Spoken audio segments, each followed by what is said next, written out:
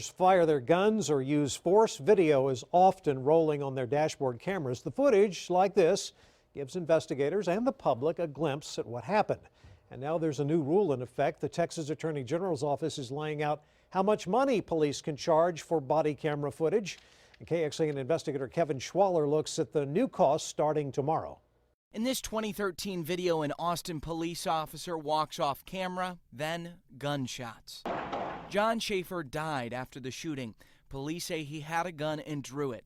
Schaefer's son spoke with us afterward. From the beginning, I was hoping the audio would tell us what happened, would tell us the whole story. But a body camera would show all of this. A grand jury later cleared the officer and a lawsuit was dismissed. Still, body cams can be crucial in cases like this.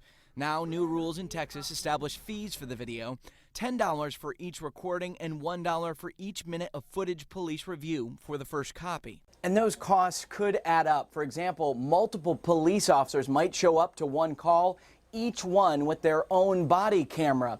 And then police might have to go back through and watch each one of those, costing you to look at each video. We're not worried about officers having body cams. We think it's great. The concern is going to be storage, review, how do we disseminate this information? The president of the Austin Justice Coalition worries the price of longer videos could price out people who are poor and suffer police abuse. In cases like that, it's a huge deterrent for people that may not be able to afford these fees to get, the proper, footage and the proper evidence for them to fight their case. Still, he says the cost isn't inherently bad for what could be key evidence in a case.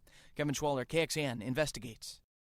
The effect of the new cost will also depend on how police departments use them. Police are allowed to release the video free of charge if it's in the public interest.